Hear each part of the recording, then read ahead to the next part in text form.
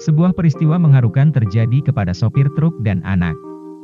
Peristiwa mengharukan itu terjadi lantaran sang ayah yang merupakan sopir truk, hanya bisa bertemu dengan waktu yang singkat bersama anaknya di pinggir jalan. Dalam video tersebut terlihat sang ayah tampak mengambil plastik kecil dari anaknya. Kemudian kembali ke truk untuk mengambil tas untuk diberikan kepada anak kecil tersebut. Setelah menerima tas dari sang ayah, tampak anak kecil itu melakukan salim serta ayahnya mencium anaknya. Belum diketahui lokasi peristiwa tersebut, namun video ini viral hingga warganet merasa terharu melihatnya.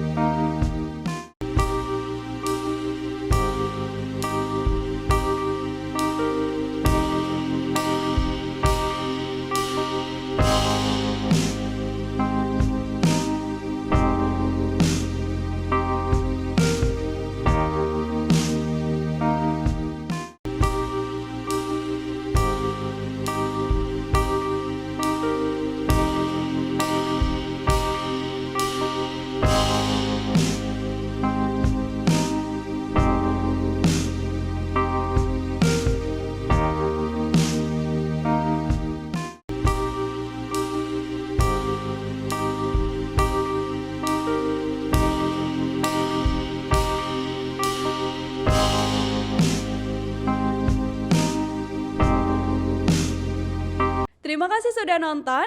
Jangan lupa like, subscribe, dan share ya.